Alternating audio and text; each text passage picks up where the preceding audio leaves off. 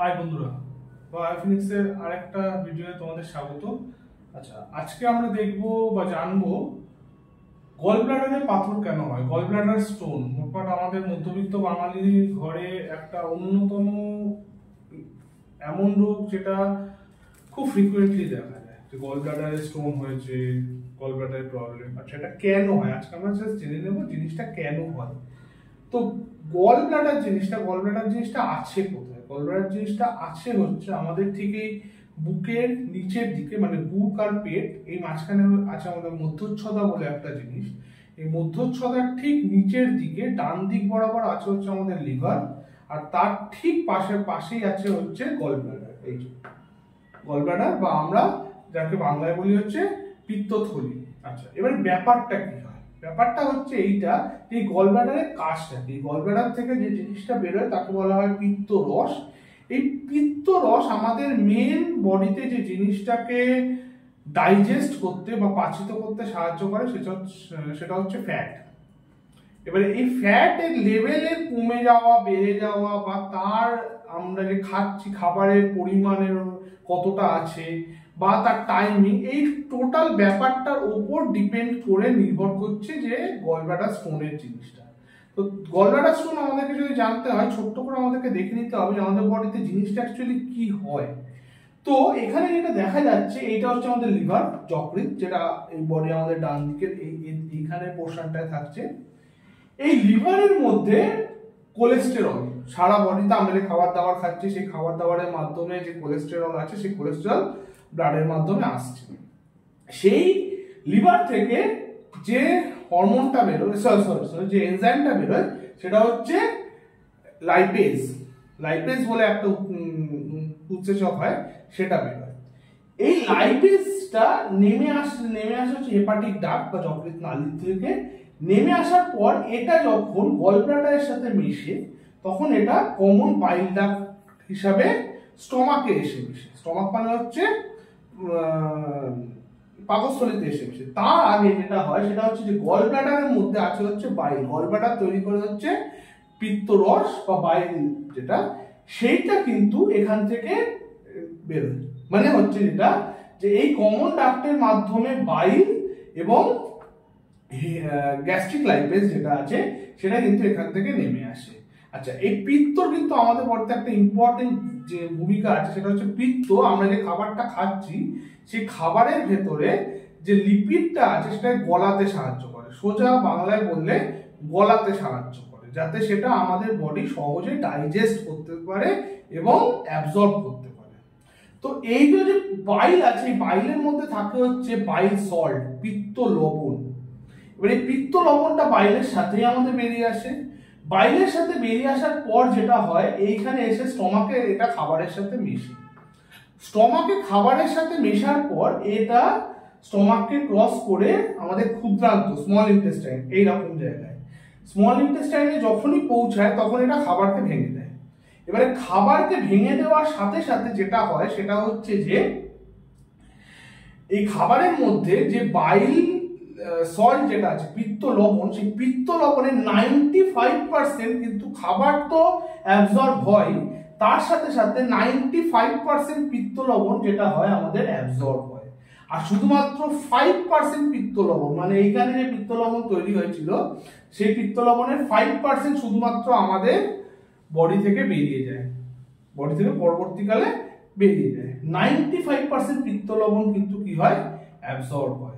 Absorb হয়ে এটা কি করে, ক্যাপিলারি, আমাদের যে শিরা রয়েছে, শিরা ধমনির যে সংযোগস্থল, সেইগুলোতে এটা প্রবেশ করে এবং hepatic portal when, hepatic portal শিরা আছে আমাদের বডির অন্যতম একটা শিরা, যেটা যকৃতে যায়, তার মাধ্যমে এটা গিয়ে ঢোকে হচ্ছে কোথায়, যকৃতের ভেতরে। তার মাধ্যমে এটা তো বোঝাই যাচ্ছে এখানে একটা রিসাইক্লিং টাইপের ব্যাপার চলছে। এইবারে যেটা জিনিসটা হচ্ছে, এই রিসাইক্লিং এর মধ্যে তাহলে কি হচ্ছে, বাইল বেরোচ্ছে, বাইলের মধ্যে আছে হচ্ছে বাইল সল্ট বা পিত্ত লবণ। এই পিত্ত লবণটা কিন্তু একটা রিসাইক্লিং প্রসেসের মধ্যে দিয়ে পুরো কিন্তু যাচ্ছে, এবং এইখানেই লুকিয়ে আছে হচ্ছে সব থেকে ইম্পর্টেন্ট ব্যাপার। সেটা হচ্ছে কি, এই যে রিসাইক্লিং হওয়ার পর এইখানে আবার আমরা দেখতে পাচ্ছি যে বাইল সল্টটা চলে এলো, এই বাইল সল্টের মধ্যে দিয়েই কিন্তু সেটাই আবার কিন্তু লিভারে আসার পর এই বাইল সল্টটাই কিন্তু আবার সিক্রিট হবে, এই বাইল সল্টটাই কিন্তু আবার গ্যাস্ট্রিক লাইপেজের সাথে বেরিয়ে আসবে এবং নতুন আবার বাইল সল্ট বা এর সাথে মিশবে।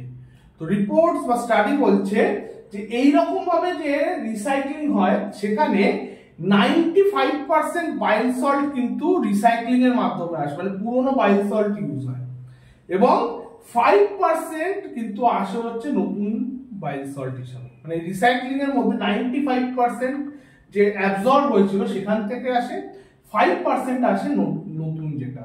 এবার এইখানেই লুকিয়ে আছে হচ্ছে আমাদের সব থেকে ইন্টারেস্টিং ব্যাপার, সেটা হচ্ছে কি এই যে বাইল সল্ট যেটা আছে, এই বাইল সল্ট লিভারের সাথে, লিভারের মধ্যে আমাদের সারা বডি থেকে আসে হচ্ছে কোলেস্টেরল, সারা বডি থেকে কোলেস্টেরল আসে, তার সাথে কিন্তু মেশে, তার সাথে মেশে।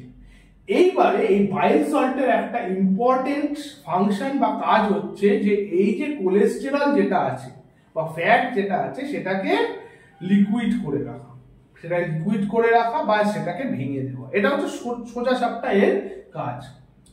কিন্তু যদি দুটো ঘটনা ঘটে তখনই দেখা যায় যে আমাদের গল ব্লাডারে পাথর বা স্টোন তৈরি হয়। কি, প্রথম, যদি আমরা প্রচন্ড পরিমাণে ফ্যাটি খাবার খেতে থাকি, আমরা প্রচন্ড পরিমাণে যদি ফ্যাটি খাবার খেতে থাকি সেক্ষেত্রে কি হবে, লিভারের ভেতর যে কোলেস্টেরল যাবে এই কোলেস্টেরলের লেভেল এতটাই বেশি হবে যে বাইল সল্ট এটাকে ভাঙতে পারবে না, যতটা বাইল সল্ট দরকার ততটা বাইল সল্ট থাকবে না। ফলে এইখান থেকে যে আবার বেরিয়ে আসছে এই জায়গাটায়, সেই জায়গাগুলোতে কি হবে, এই যে নালী যে জায়গাগুলোতে যখন নেমে আসছে ফ্লুইড হিসাবে তখন এটাকে ভাঙতে পারছে না। এই যে কোলেস্টেরল যেটা এই মিক্সচারের মধ্যে থেকে যাচ্ছে সেই মিক্সচারটা কি হচ্ছে ক্রমাগত জমতে জমতে জমতে জমতে এরকম ভাবে আমাদের বডিতে হাই কোলেস্টেরল ঢুকছে, সেই কোলেস্টেরল ভাঙতে পারছে না, জমতে জমতে জমতে জমতে কি হবে, স্টোন তৈরি হবে। দুটো জায়গাতে স্টোন তৈরি হতে পারে, মেজরলি যে জায়গাটায় স্টোন তৈরি হয় সেটা হচ্ছে বাইল ডাক্টের জায়গাটায়। আর আরেকটা পরিস্থিতি যেটা মানে বেশিরভাগ বাঙালি মহিলা, বিবাহিত বাঙালি মহিলাদের মধ্যে এই জিনিসটা প্রচুর পরিমাণে দেখা যায়, তার কারণ হচ্ছে দীর্ঘক্ষণ ধরে তাদের খেয়ে না থাকা, দীর্ঘক্ষণ ধরে তারা বিভিন্ন ঘরের কাজের জন্য খেতে পারে না। এর ফলে যেটা হয় কি, তাদের বডি নির্দিষ্ট সময় কিন্তু বাইল যেটা সেটা কিন্তু কি করছে, ক্ষরণ করে দিচ্ছে, তাদের বডি নির্দিষ্ট সময়ে পিত্তরস ক্ষরণ করে দিচ্ছে। কিন্তু এই যে পিত্তরস, সেই পিত্তরস কিন্তু ভাঙবার জন্য ফ্যাট পাচ্ছে না, এই পিত্তরস ভাঙবার জন্য ফ্যাট পাচ্ছে না। ফলে এখানে কোলেস্টেরল যেটা হয় আমাদের বডিতে, যে কোলেস্টেরলটা ঢুকছে তার প্রপারলি ডাইজেশন বা পাচন হয় না। এর ফলে কি হচ্ছে, এই যে কোলেস্টেরল তখন কি হচ্ছে, এই যে কোলেস্টেরল যেগুলো আমাদের বডিতে ঢুকে রয়েছে আগে থেকে, সেই কোলেস্টেরল গুলো তখন আবার জমতে জমতে জমতে জমতে জমতে জমতে দেখা যাচ্ছে কি যে নতুন স্টোন বা পাথর তারা তৈরি করছে। ঠিক আছে, তো এক্ষেত্রে যেটা দেখা যাচ্ছে সেটা কি, যে দুটো কন্ডিশনে গল ব্লাডারে পাথর বা স্টোন হতে পারে। এক হচ্ছে কি, যদি খাবারে প্রচুর পরিমাণে কোলেস্টেরল থাকে, ফ্যাট কন্টেন্ট বেশি থাকে তাহলে হওয়ার চান্স। আর হচ্ছে ইরেগুলার খাবারের টাইমিং, যখনই আমাদের খাবারের টাইমিং এর ভেতরে প্রচুর ডিউরেশন চলে আসছে তখন কি হচ্ছে, আমাদের বডি কিন্তু তার কাজ করে দিচ্ছে, সে নির্দিষ্ট সময় কিন্তু পিত্তরস বের করে দিচ্ছে। কিন্তু এই পিত্তরস যখন ভাঙবার জন্য ফ্যাট পাচ্ছে না, নির্দিষ্ট জায়গায় ফ্যাট পাচ্ছে না বা নির্দিষ্ট পাচ্ছে না, সেই পিত্তরসের মধ্যে যে লবণ আছে সেই লবণটাই কি হচ্ছে, আইদার সে ডিপোজিটেড হয়ে যাচ্ছে অথবা সেখানে কোলেস্টেরলটা প্রপারলি ভাঙছে না। কোলেস্টেরল না ভাঙার ফলে কি হচ্ছে, সেই কোলেস্টেরলই বডিতে জমে আমাদের স্টোন তৈরি হচ্ছে। তো এই হচ্ছে গিয়ে মেন ব্যাপার, যেভাবে আমাদের বডির মধ্যে গল ব্লাডারে স্টোন বা পাথর হয়। এবং এই কারণের জন্য পরবর্তীকালে গল ব্লাডারে স্টোন হওয়ার পরে যখন এই গল ব্লাডার যারা পেশেন্ট আছে তাদের ভেতর দিয়ে যখন এই গল ব্লাডার বের করে দেওয়া হয়, এই জন্য তাদেরকে বলা হয় যে আপনারা ফ্যাটি খাবার খাবেন না, কারণ এই যে বাইলটা আছে তাদের সারা জীবনের জন্য তারা কিন্তু এই পিত্তরস তাদের বডিতে থাকলো না।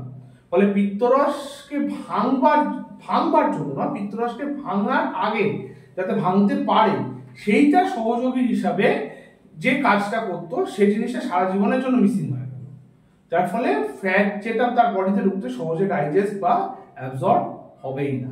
তো এই যে রিসাইক্লিং এর ব্যাপারটা, এই রিসাইক্লিং এর ব্যাপারটা এটাকে বলা হয় এন্টেরোহেপাটিক সার্কুলেশন। এই এন্টেরোহেপাটিক সার্কুলেশনেরই এই জায়গাটাই হচ্ছে ইম্পর্টেন্ট জায়গা, যার মাধ্যমে দেখা যাচ্ছে কি যে মানুষের বডিতে এই গল ব্লাডারের স্টোন জিনিসটা তৈরি হচ্ছে। Thank you.